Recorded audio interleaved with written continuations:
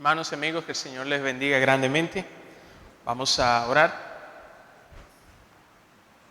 Señor, Rey de Reyes y Señor de Señores, venimos delante de tu presencia, reconociendo lo grande que tú eres y por lo tanto postrados en nuestra actitud delante de ti. Te pedimos que seas con nosotros en lo que resta de este servicio ahora, en la exposición de tu palabra, que tú nos hables, tanto aquel que predica como aquellos que escuchan puedan ser edificados con tu verdad. Que tú, Señor, hagas más allá de lo que nosotros podemos pedir o entender y que tu iglesia sea edificada. Perdona nuestros pecados. Te pedimos que todo sea orquestado por ti, desde lo que está dentro de nuestro corazón como lo que nos rodea, de tal manera que podamos estar atentos a tu verdad, que podamos ser confrontados por ti, consolados por ti, animados por ti a hacer todo lo que tú esperas que nosotros hagamos, viviendo en dependencia de tu Espíritu y confiados totalmente en nuestro gran Dios y Salvador Jesucristo. En su nombre nosotros oramos. Amén. En diciembre del 2019 comenzó algo que todavía hoy en día, en marzo del 2021, nos sigue dando motivos de qué hablar. En la ciudad de Wuhan, de la República Popular de China, se reportaron los primeros casos de lo que hoy nosotros conocemos como la enfermedad del coronavirus o la COVID-19. Pero esa enfermedad no se quedó en China, sino que se expandió por todo el mundo. El 1 de marzo del 2020 se reportó el primer caso de COVID-19 en la República Dominicana. Y el 11 de marzo del 2020, la Organización Mundial de la Salud, la OMS, la reconoció como una pandemia. El 19 de marzo del 2020, el presidente en ese entonces declaró estado de emergencia en todo el territorio nacional. Y al día siguiente, el 20 de marzo del 2020, se decretó toque de queda en nuestro país. Tanto el estado de emergencia como el toque de queda se extendieron varias veces, repetidas veces, por todo un año, como todos nosotros sabemos. Y no fue hasta junio 3 que se permitió la reapertura de las iglesias que habían sido temporalmente cerradas. O mejor dicho, se permitió la reapertura de los edificios en donde la iglesia se reúne. Sin embargo, debido al toque de queda que permaneció y que se volvió más estricto en julio del 2020 y en enero del 2021, las iglesias todavía no podían reunirse con normalidad. El 15 de febrero del 2021, ya en el año en el cual nosotros estamos viviendo, llegó el primer lote de vacunas al país y el 25 de febrero del año presente se comenzó a vacunar a aquellos que se encuentran en la primera fase de vacunación. El primero del mes en el cual nos encontramos, de marzo, el presidente actual decretó un nuevo horario de toque de queda, un horario menos restrictivo del que había tenido el toque de queda en todo un año. Y todo eso que yo he compartido con ustedes es para llevarnos a un punto, y es que a un año de la llegada de la COVID-19 a nuestro país y después de la puesta en marcha del plan de vacunación nacional y tras la flexibilización del horario del toque de queda, hoy yo quisiera compartir con ustedes, hoy yo quisiera darles razones para volver a la iglesia, o dicho de otra manera, para volver a congregarse como iglesia. Y si tú eres de lo que has estado viniendo, yo oro que este sermón sea un ánimo y un estímulo para ti y que este sermón te haga aún más firme en tu resolución o tu determinación de seguir viniendo, de seguirte reuniendo como iglesia, de seguirte congregando. Ahora, si tú eres de los que no han estado viniendo, pudiendo hacerlo, y hago énfasis ahí, de los que pudiendo venir, aún así no lo hace, oro para que a través de este sermón el Señor te convenza de congregarte como iglesia. Y básicamente a lo largo de este sermón, yo lo que quiero es dar respuesta a la siguiente pregunta. ¿Por qué volver a congregarse como iglesia y no quedarse mejor viendo las transmisiones de los servicios de adoración en pantalones cortos y en sandalias? Porque eso es muy cómodo, ¿verdad? Pero ¿por qué venir a congregarse o a reunirse como iglesia? Y en este sermón yo quiero dar 7 razones para eso. 7 razones que vamos a sacar de la misma palabra de Dios. Y vamos a comenzar inmediatamente con la razón número 1.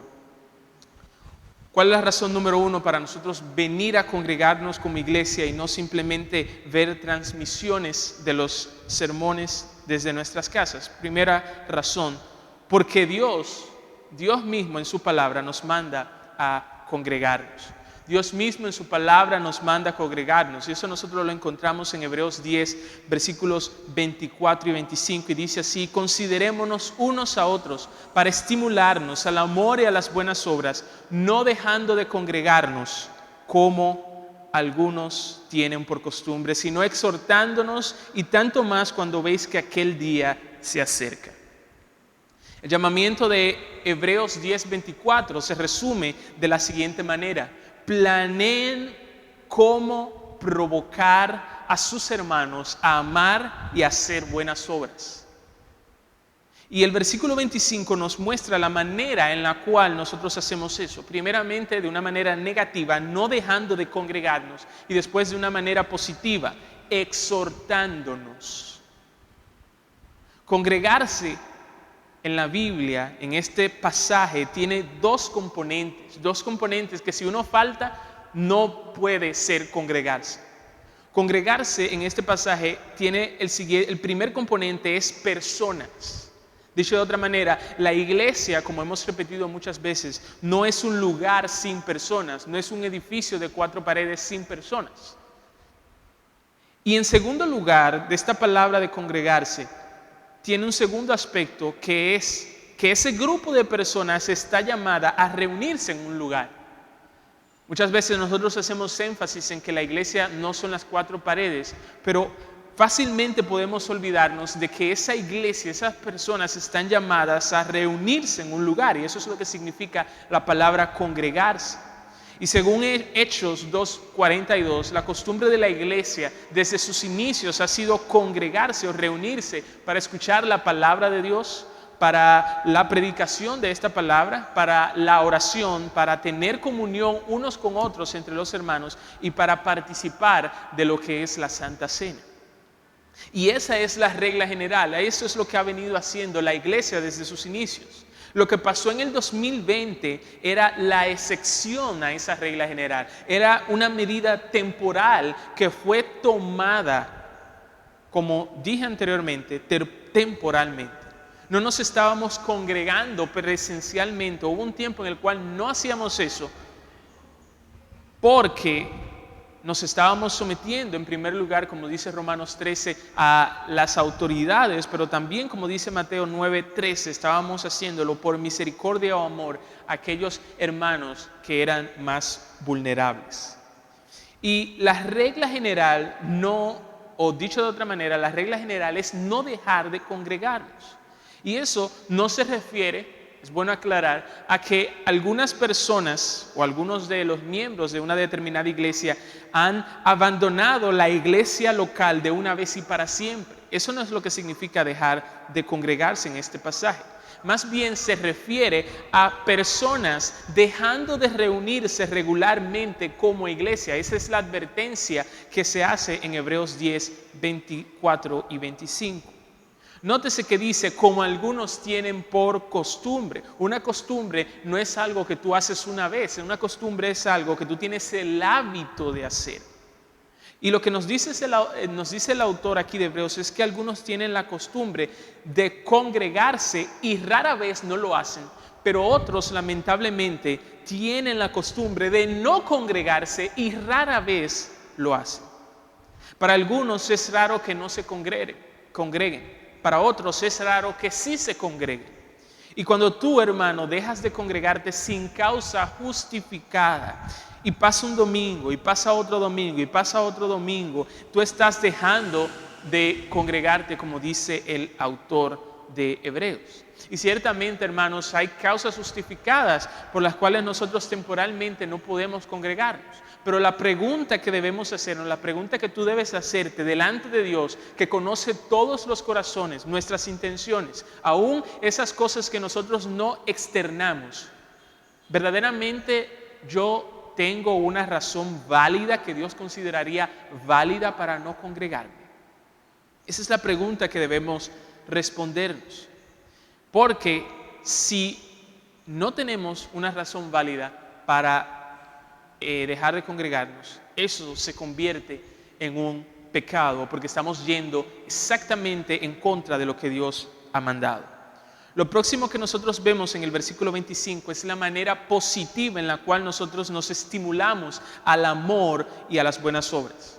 Y la manera positiva es exhortándonos, lo que significa literalmente un llamado de cerca, un llamado personal que yo le hago a mi hermano y a mi hermana.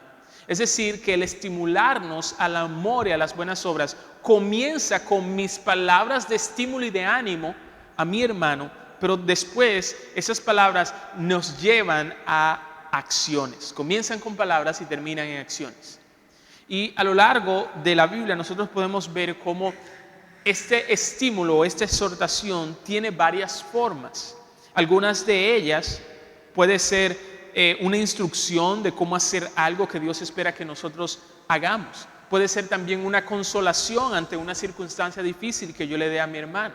Puede ser un ánimo a los hermanos a seguir haciendo lo bueno. Puede ser también alguna reprensión, llamando a los hermanos a hacer o a reconocer algún pecado o apartarse de él cuando no se están dando y cuando no se está amando y cuando no se está haciendo buenas obras tal como se manda aquí.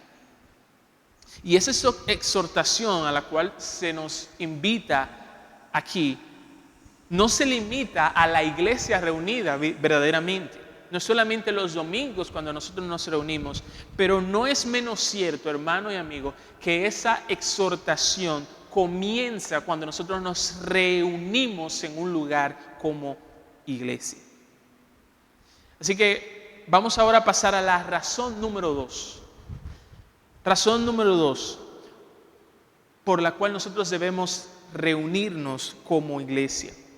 Y la razón número 2 es porque nuestra participación de la Santa Cena nos recuerda a Jesucristo. Porque la participación de la Santa Cena nos recuerda a Jesucristo. Y quiero leer primero de Corintios 11, 23 al 26. Primero de Corintios 11, 23 al 26 dice así: porque yo recibí del Señor lo que también os he enseñado, que el Señor Jesús, la noche que fue entregado, tomó pan y habiendo dado gracias, lo partió y dijo: tomad, comed, esto es mi cuerpo, que por vosotros es partido, haced esto en memoria de mí. Asimismo tomó también la copa, después de haber cenado, diciendo: esta copa es el nuevo pacto en mi sangre. Haced estas cosas todas las veces, haced esto todas las veces que la bebiereis en memoria de mí. Así pues, todas las veces que comiereis este pan y bebiereis esta copa, la muerte del Señor anunciáis hasta que Él venga. La Santa Cena es uno de los sacramentos del cual no se puede participar por videollamado, videoconferencia. Sin embargo, el pasaje que nosotros acabamos de leer nos dice claramente que la Santa Cena fue un mandamiento que el Señor Jesús les dio a sus discípulos y que el apóstol Pablo, con la autoridad de Jesús, le repitió a la iglesia. Y ese sacramento de la Santa Cena debe ser celebrado, como dice el texto, hasta que regrese por segunda vez nuestro Señor Jesucristo. ¿Qué hacemos nosotros en la Santa Cena? Bueno, nosotros comemos del pan y bebemos del fruto de la vid en memoria, dice el texto, de Jesucristo. El pan representa el cuerpo de Cristo. Pero nótese que no es cualquier tipo de pan. Aquí dice que es un pan que es partido. De la misma manera, el cuerpo de Jesucristo fue partido, el cuerpo de Jesucristo fue roto en pedazos, el cuerpo de Jesucristo fue despedazado por la ira de Dios y todo por nosotros. Como el pan que es partido para alimentar a alguien, así también el cuerpo de Jesucristo fue quebrantado para beneficiarnos a nosotros.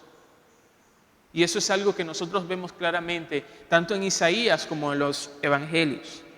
Tú y yo éramos quienes merecíamos todo eso que sufrió Jesucristo por nuestros pecados, pero Él fue, como dice la Biblia, entregado en nuestro lugar.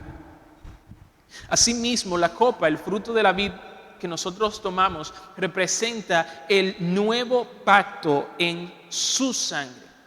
O dicho de otra manera, lo que eso quiere decir es que la sangre de Jesucristo compró los beneficios de ese nuevo pacto. Y nuevamente, todo por ti y por mí. Él derramó su sangre por nosotros. Él fue quien nos hizo los beneficiarios de ese nuevo pacto. Y ese nuevo pacto que según Jeremías 31 incluye tener la ley de Dios en la mente y el corazón, tener a Dios como nuestro y que Dios nos tenga a nosotros como suyos, conocer a Dios y el perdón absoluto de todos nuestros pecados. Así que, hermano, cuando nosotros venimos al templo, nos reunimos como iglesia y cuando nosotros participamos de la Santa Cena, nosotros estamos recordando y también anunciando la muerte del Señor Jesucristo. Y ese recordatorio que nosotros nos hacemos a nosotros mismos y ese anuncio que nosotros hacemos a los que están a nuestro alrededor a través de la participación en la Santa Cena es importante por al menos dos razones. Porque es importante que nosotros de una manera periódica recordemos acerca de la obra de Jesucristo. En primer lugar, porque aunque nosotros somos cristianos, todavía nosotros pecamos. Todavía nosotros pecamos y nosotros necesitamos recordar que hay perdón de pecados en Jesucristo para nosotros. Necesitamos recordar que Jesucristo vino a salvar a pecadores como tú y como yo. Pero en segundo lugar, debido a ese pecado que todavía mora en nosotros, nosotros vamos a ser tentados a creer que nosotros somos salvos por las obras y no por la gracia. Debido al pecado, el orgullo que hay dentro de nosotros, nosotros vamos a sentir la tentación de creer que nuestra salvación que ya tenemos depende y es mantenida por nuestras obras y no por la gracia. Y ahí entonces es cuando participamos de la Santa Cena, recordamos que no somos salvos debido a nuestro desempeño.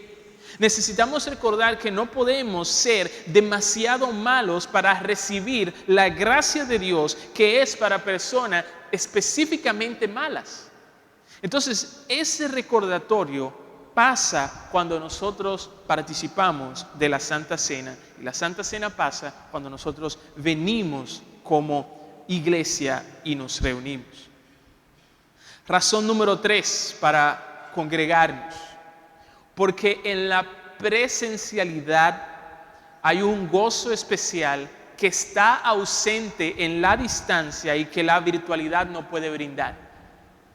Porque en la presencialidad hay un gozo especial que está presente, pero que en la distancia está ausente y que la virtualidad no puede brindar. Segunda de Juan comienza con el apóstol Pablo, con el apóstol Juan, quien se llama a sí mismo como el anciano. Y él saluda a la señora elegida y a sus hijos. Algunos interpretan que la señora elegida y sus hijos hace referencia a la iglesia y a su membresía, mientras que otros lo toman de forma literal, que fue una señora que tenía hijos. Sin embargo, el principio que nosotros vamos a considerar ahora y la tercera razón para congregarnos no se ve afectada por cuál sea la interpretación de este versículo de segunda de Juan. Después de reconocer el apóstol Juan, que los hijos de la señora elegida estaban andando en la verdad, el apóstol lo llama a perseverar en el amor. Él les dice que ellos deben tener cuidado de los engañadores y también les dice en esta carta cómo ellos deben tratarlos. Y estando casi al final de la carta, segunda de Juan, a punto de finalizar su carta, el apóstol escribe lo siguiente, y ahí es donde está el principio que yo quiero que notemos. Segunda de Juan 12.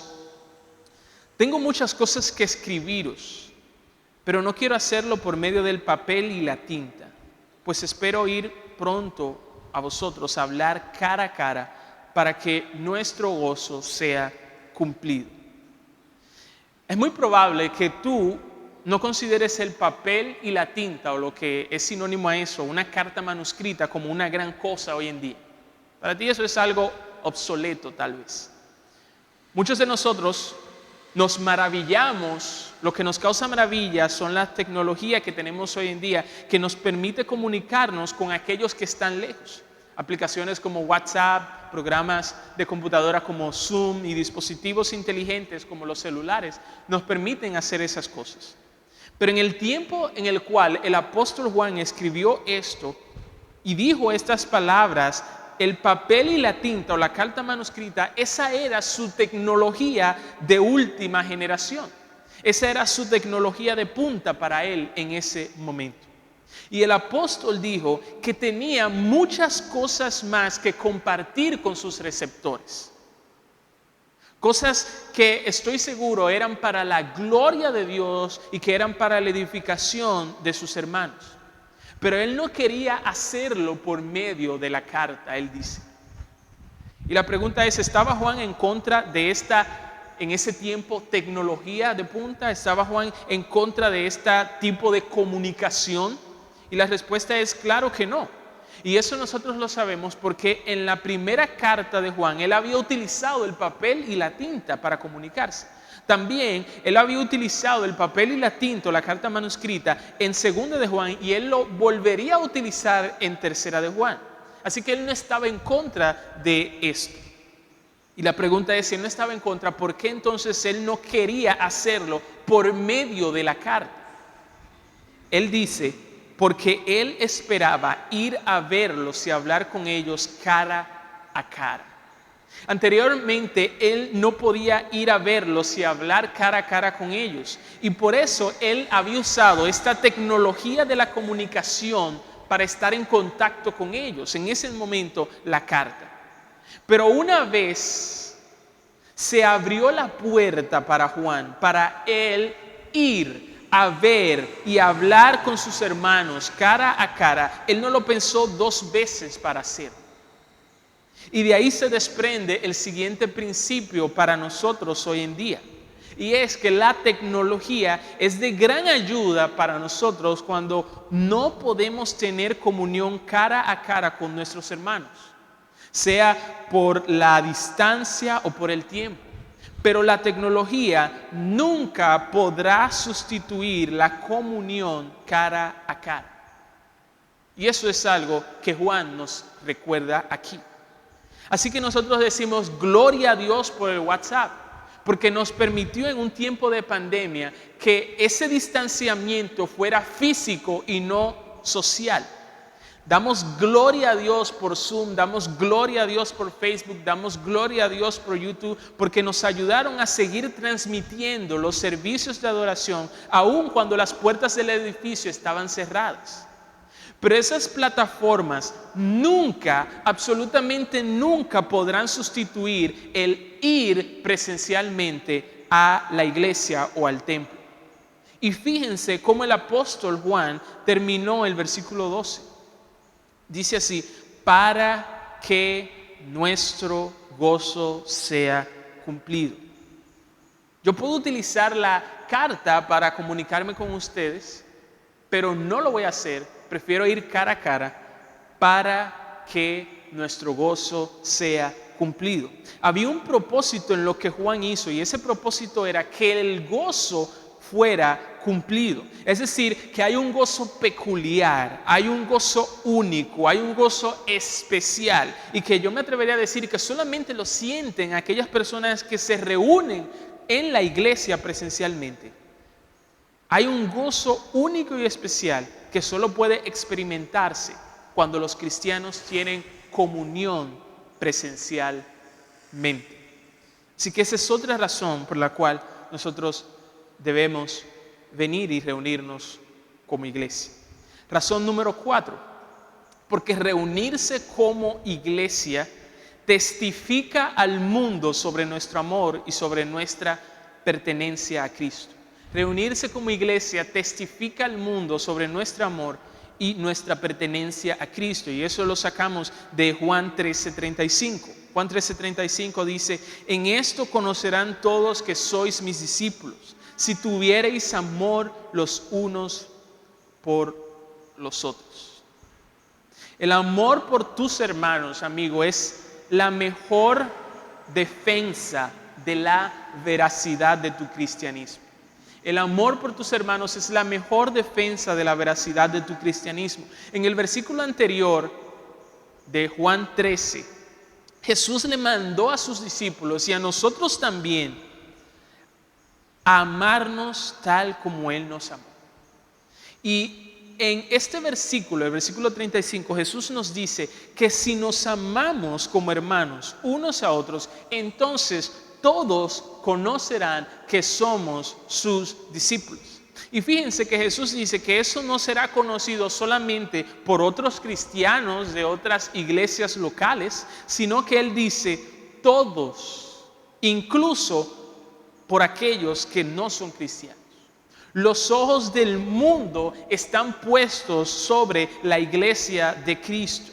Y están puestos sobre la iglesia de Cristo no tan solo cuando sus miembros están dispersos de lunes a viernes y sábado, sino también cuando sus miembros están reunidos. El mundo de allá afuera está viendo y está mirando. Y cuando las personas ven que en la iglesia se aman unos a otros sin ser familiares de carne, ellos dicen que esa iglesia es de Jesús. Cuando las personas ven que en la iglesia un dominicano le da la bienvenida a un haitiano, que muchos no hacen eso, ellos dicen esa iglesia es de Jesús. Cuando las personas ven que uno que tiene muchos recursos no se considera superior a uno que sí tiene pocos recursos, las personas dicen que en esa iglesia o que esa iglesia es de Jesús. ¿Y por qué ellos pueden llegar a la conclusión de que esa iglesia es de Jesús? Porque ellos pueden llegar a la conclusión de que nosotros somos discípulos de Jesús. Bueno, porque nuestro Maestro Jesús nos enseñó tanto con sus palabras como con su vida a amarnos los unos a los otros. Cuando ellos ven que su maestro enseñó eso, ellos reconocen inmediatamente en la vida de los discípulos, esos fueron enseñados por Jesús. ¿Cómo nosotros podemos demostrar amor por nuestros hermanos? A lo largo de la Biblia nosotros podemos encontrar muchas maneras prácticas de demostrar amor por nuestros hermanos. Y en el contexto inmediato de Juan capítulo 13, servir a nuestros hermanos es una de las maneras en las cuales nosotros demostramos amor por ellos.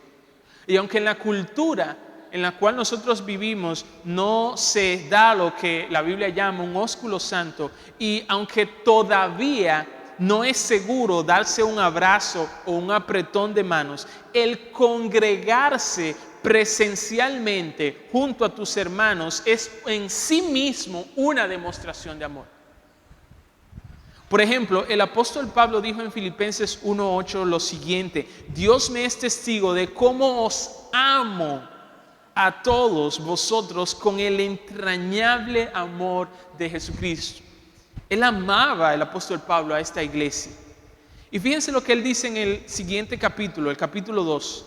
Y confío en el Señor que yo también iré pronto a vosotros.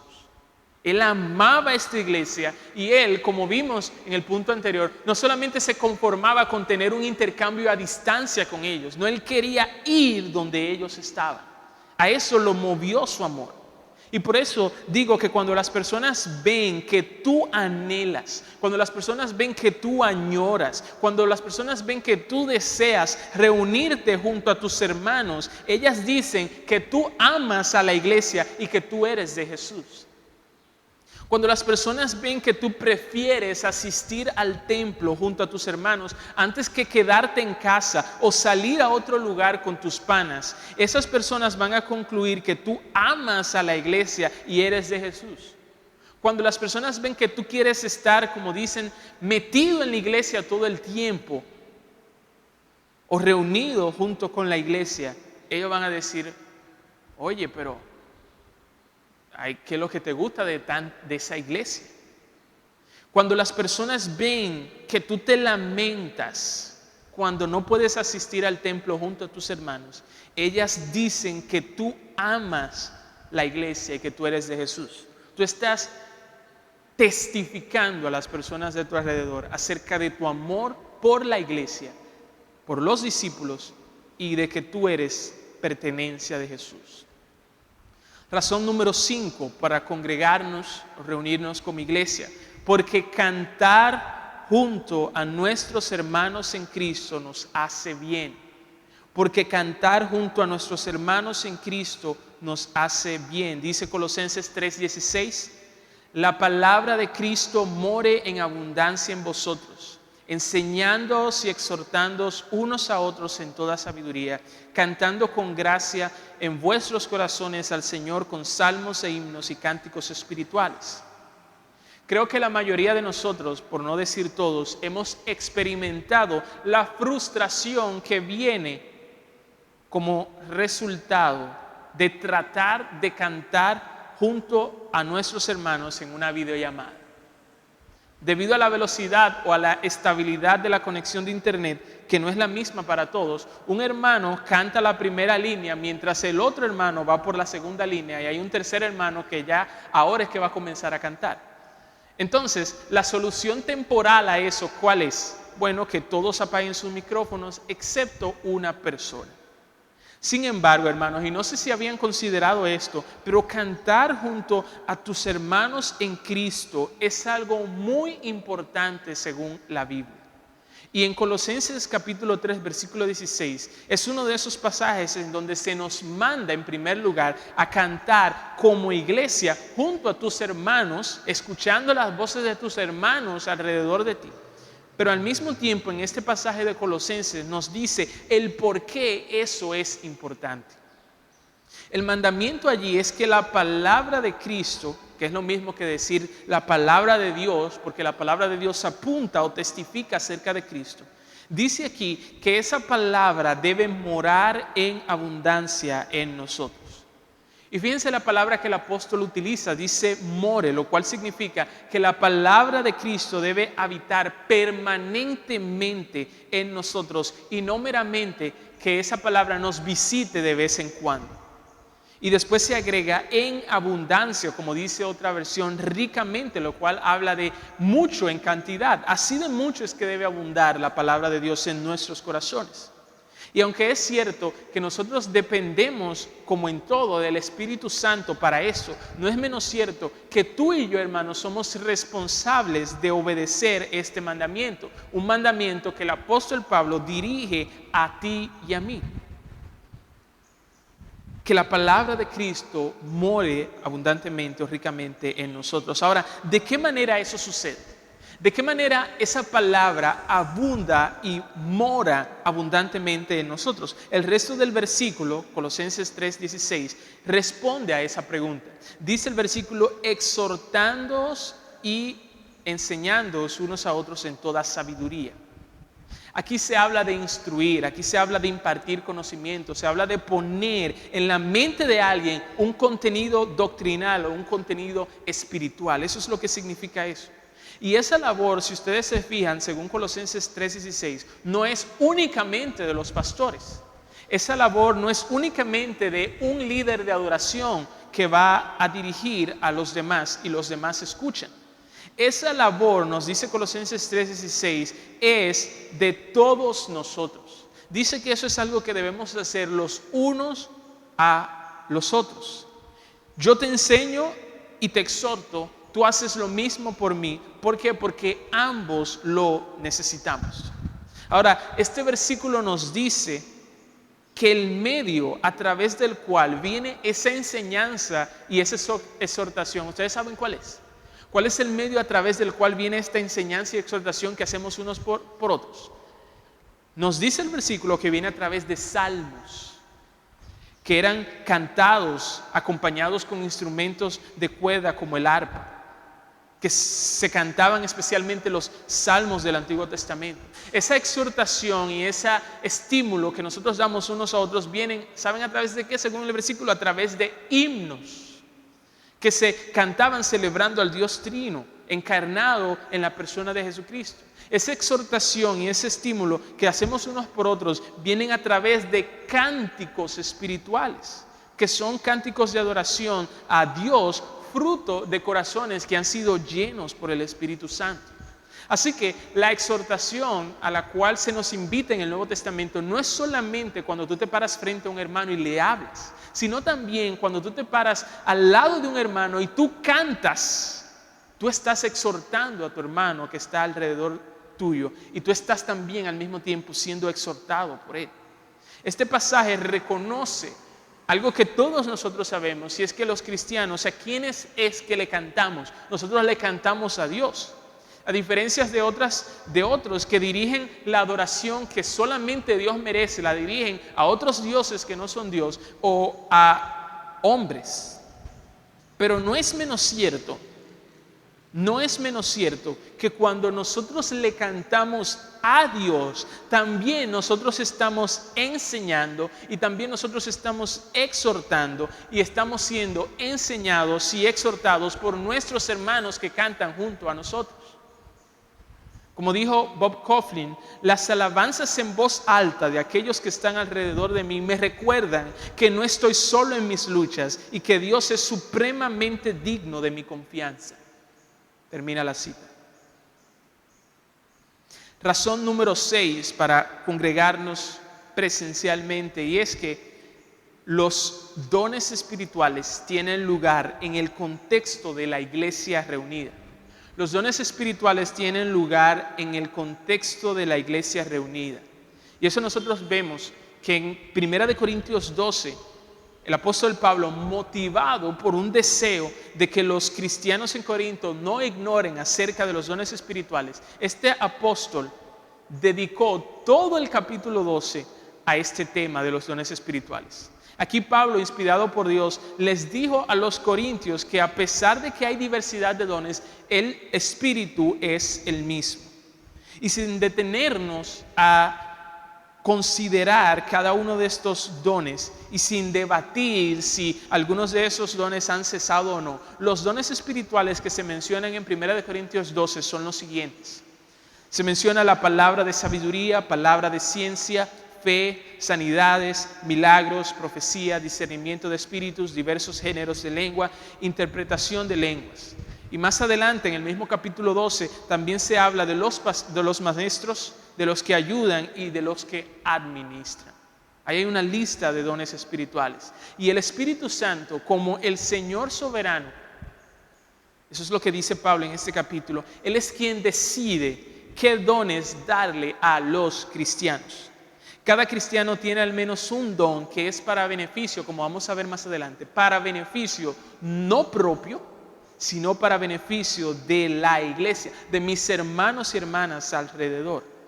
Y como un cuerpo tiene distintos miembros y cada miembro tiene una función, así también cada cristiano con su don forma parte del cuerpo de Cristo y es necesario. Nadie puede decir que no es necesario, o nadie puede decirle a otro miembro del cuerpo que no es necesario, independientemente de cuál sea el don que tenga, independientemente si tú u otra persona lo considera ese don como insignificante. Todos son importantes y todos son necesarios en el cuerpo de Cristo. Eso fue en 1 Corintios 12. Ahora, cuando nosotros nos movemos a 1 Corintios 13, el apóstol Pablo dijo que hay algo mejor que la mera práctica de los dones espirituales, y eso es el amor. Por eso él comienza en 1 Corintios 13 diciendo que hablar en lenguas sin amor es como hacer un ruido molestoso. Él dice que profetizar, entender los misterios, tener fe sin amor es nada. Él dice que repartir, dar, entregar sin amor no sirve para nada. Ahora, todo eso no quiere decir que el amor es opuesto a los dones espirituales o que son mutuamente excluyentes. No, lo que eso quiere decir es que los dones espirituales Dios espera que sean practicados en amor, no sin amor. Y ya que una de las características, como dice 1 Corintios 13, del amor es que no busca lo suyo propio, en 1 Corintios 14, el apóstol Pablo dijo que el ejercicio de los dones espirituales, particularmente en este capítulo de la profecía y el hablar en lenguas, debe ser hecho para el beneficio de la iglesia. No sé si ven la conexión. Capítulo 12, el apóstol Pablo habla acerca de cuáles son los dones. Capítulo 13, él dice que esos dones deben ser hechos o manifestados, practicados con amor. Y el capítulo 14, él dice acerca específicamente de dos dones, pero todos los dones se aplica este principio, que deben ser para no beneficio propio, porque eso no es lo que busca el amor, sino el beneficio de los demás, deben ser para edificación o para el crecimiento o para el beneficio de la iglesia. Y yo quiero que noten en los siguientes versículos, hay una lista de versículos que yo voy a leer del capítulo 14. Yo quiero que noten dos cosas. En primer lugar, que los dones, como dije anteriormente, que se nos dan son para edificación de otros, aquellos que están a nuestro alrededor. Pero en segundo lugar, que esos dones tienen lugar, según el apóstol Pablo, en el contexto de la iglesia reunida. Cuando la iglesia se reúne, ahí los dones son practicados. Fíjense conmigo, versículo 4 del capítulo 14, dice así: el que habla en lengua extraña a sí mismo se edifica, pero el que profetiza edifica a la iglesia, edificación para otra persona. Versículo 5. Así que quisiera que todos vosotros hablaseis en lenguas, pero más que profeticéis, porque mayor es el que profetiza que el que habla en lenguas, a no ser que haya intérprete, para que la iglesia reciba edificación. Edificación también de mis hermanos. Versículo 12. Así también vosotros, pues, que anheláis dones espirituales, procurad abundar en ellos para edificación, otra vez, de la iglesia. Versículo 19 dice: pero en la iglesia, fíjense ahí, en la iglesia, no fuera de la iglesia, pero en la iglesia prefiero hablar 5 palabras con mi entendimiento para enseñar también a otros que 10,000 palabras en lengua desconocida. Versículo 23, si pues toda la iglesia se reúne en un solo lugar y todos hablan en lenguas y entran indoctos o incrédulos, ¿no dirán que estáis locos? Nuevamente, el punto ahí es, se reúne en un solo lugar la iglesia. Y por último, el versículo 25 dice: lo oculto de su corazón se hace manifiesto, y así, postrándose sobre su rostro, adorará a Dios, declarando que verdaderamente Dios está entre vosotros. Los dones espirituales son para la edificación de aquellos que están a mi alrededor, no para la edificación propia, y tienen lugar cuando la iglesia está reunida en un solo lugar. Y esa es la sexta razón que yo di por la cual debemos considerar y venir y reunirnos como iglesia. La última razón, la razón número 7 por la cual nosotros debemos reunirnos como iglesia, es porque la presencia de Jesús está de una manera especial donde la iglesia se reúne. La presencia de Jesús está de una manera especial donde la iglesia se reúne. Mateo 18:20. Mateo 18:20 dice: porque donde están 2 o 3 congregados en mi nombre, allí estoy yo en medio de ellos.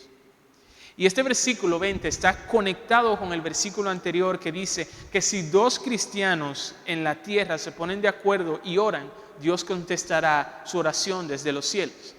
Y hago un paréntesis aquí, digo que Dios contestará las oraciones que sean de acuerdo a su voluntad. No podemos decir que tenemos la autorización de Jesús, que es lo mismo que orar en su nombre, si no estamos dentro de la voluntad de Jesús revelada en su palabra. Así que dice este versículo que cuando dos cristianos se reúnen y se ponen de acuerdo, Dios, de acuerdo a su voluntad, va a escuchar y responder sus oraciones. Y la pregunta es, ¿por qué Dios contestará esa oración?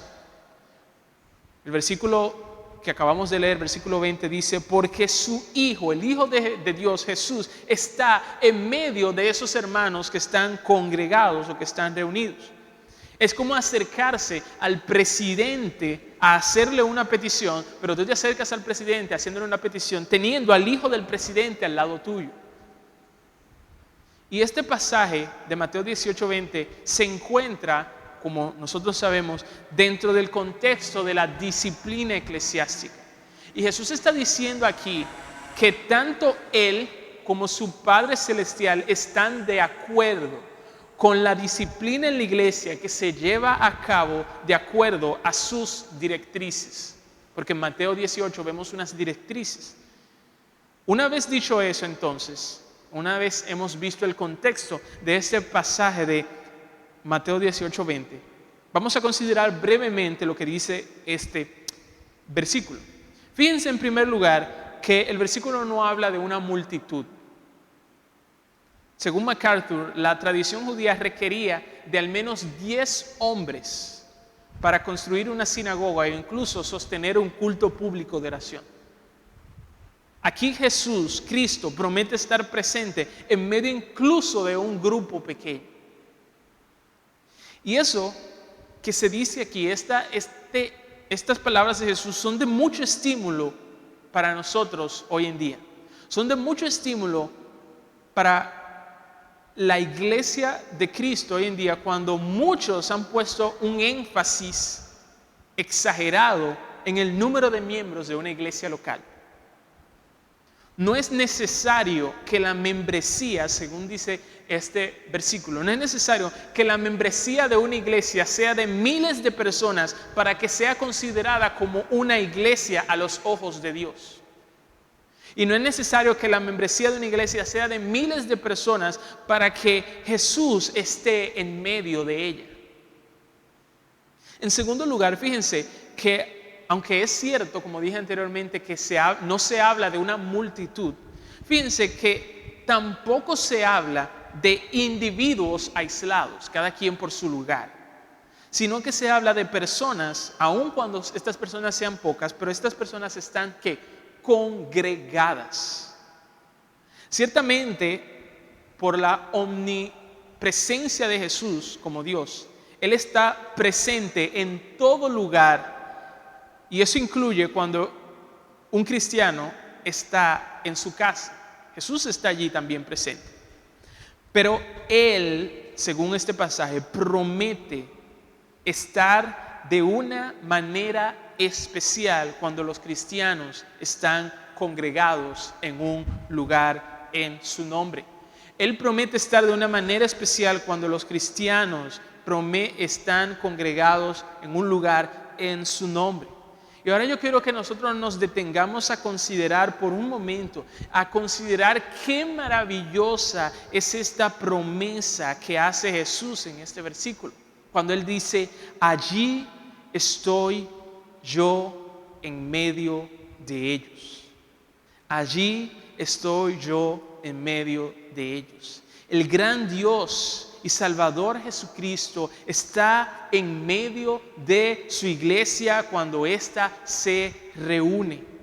El creador de todo lo que existe, que siempre ha estado ahí y que siempre estará y que sin Él nada hubiera sido hecho, está en medio de su iglesia cuando ésta se reúne. Aquel a quienes los ángeles dan gloria, honra, honor y majestad desde siempre y para siempre, segundo tras segundo, sin cansarse, está en medio de la iglesia cuando está reunida. Aquel ante quien Satanás y todos sus demonios y todo el infierno tienen solamente dos opciones: o postrarse delante de su presencia o salir corriendo de delante de él. Ese mismo está delante o en medio de la iglesia reunida. Aquel que es tan perfecto que no hay nada que podamos decir de él que sea una exageración, está en medio de la iglesia reunida. Aquel que dejó las glorias del cielo para caminar en esta tierra polvorienta está en medio de la iglesia reunida. Aquel que fue o que vino a buscar a los perdidos y que no se rindió hasta encontrarlos, está en medio de la iglesia reunida. Aquel que experimentó la burla, la humillación y el maltrato físico que los pecadores merecían, está en medio de la iglesia reunida. Aquel que sufrió en la cruz el infierno de la separación de Dios y que gritó: Dios mío, ¿por qué me has desamparado?, está en medio de la iglesia reunida. Y Él está en medio de la iglesia de una manera especial cuando ésta se reúne para respaldar las decisiones que se tomen siguiendo su palabra, para que el Padre, como dice el versículo 19, responda a nuestras oraciones, para participar del servicio de adoración, como dice en Hebreos, para reprender y para animar, como dice Apocalipsis. Él está presente para el impartimiento de fortaleza. Él está presente para dar dirección. Él está presente para dar protección. Él está presente para dar consuelo, para ayudar, para consolar y para bendecir. Y todo eso de una manera especial cuando su iglesia está reunida. Los presidentes van a iglesias famosas y hay pastores que están demasiado ocupados para predicar en iglesias pequeñas, pero ese no es el caso de Jesús. No hay iglesia tan pequeña, no hay iglesia tan pequeña en la cual Jesús no esté presente. Así que la próxima vez, hermano, que tú te congregues y solamente haya un par de hermanos que hayan asistido, o que tú te congregues y tu mejor amigo falte ese día, o que tú te congregues y que la hermana que te gusta no haya venido a ese día, ten ánimo todavía. Puedes tener consuelo y tener mucho gozo, porque la persona más importante sí está presente ese día, y esa persona es Jesús.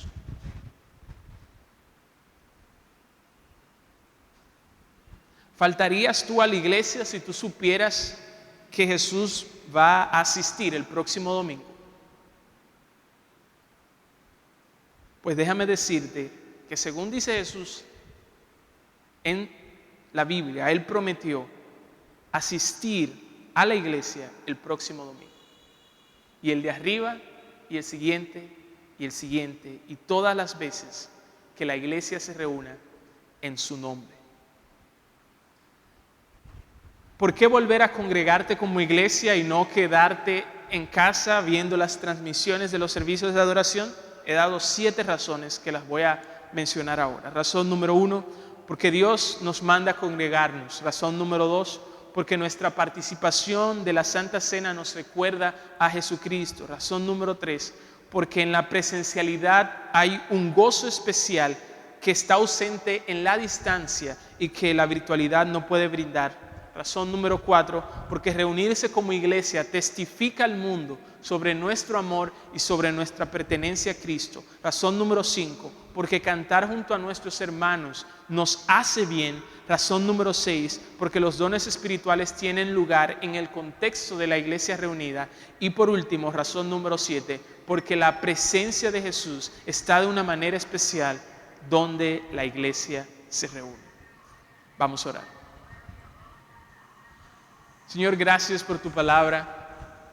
Gracias por recordarnos el gran privilegio que nosotros tenemos de participar de este medio de gracia que es congregarnos como iglesia junto a nuestros hermanos. Te pedimos que el mundo pueda ver nuestro amor los unos por los otros, nuestro amor por ti, y reconocer que somos tuyos por el deseo, el anhelo y el nosotros decir presente en el templo, en el edificio, cuando nosotros nos congregamos como hermanos.